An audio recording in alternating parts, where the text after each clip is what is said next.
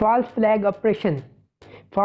Operation جنگی حکمت عملی کا ایک حصہ ہوتا ہے، اور اس سے مراد ایک ایسا دہشت گردانہ حملہ ہے جو کوئی ملک یا ایجنسی اپنے ہی عوام یا سرزمین کے خلاف کرتی ہے تاکہ دشمن ملک یا ایجنسی کو اس کے لیے مورد الزام ٹھہرا سکے اور اس حملے کو بنیاد بناتے ہوئے دشمن ملک کے خلاف جارحانہ حکمت عملی اپنا سکے۔ اس میں صرف یہ اضافہ کروں گا کہ یہ نہ صرف دشمن ملک کے خلاف استعمال ہوتا ہے یا ہو سکتا ہے، بلکہ کوئی بھی مقصد جیسے اپنے ملک کی رائے عامہ کی کسی خاص ایشو سے توجہ ہٹانے یا ان کی سوچ کو مخصوص رخ پر ڈالنے کے لیے بھی استعمال ہوتا ہے یا ہو سکتا ہے۔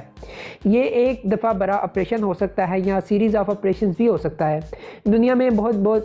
بڑے واقعات اور دہشت گردی کے واقعات کے بارے میں کانسپائریسی تھیوریز ہیں کہ یہ فالس فلیگ آپریشن تھے، جیسے 9/11، پرل ہاربر، لیکن یہ ثابت کرنا بہت مشکل ہوتا ہے کہ ایسا واقعی تھا کہ نہیں، کیونکہ اس میں اس ملک کی ایجنسیاں خود انوالو ہوتی ہیں اور وہ اس پر پردہ ڈالنے کے لیے تمام وسائل استعمال کرتی ہیں۔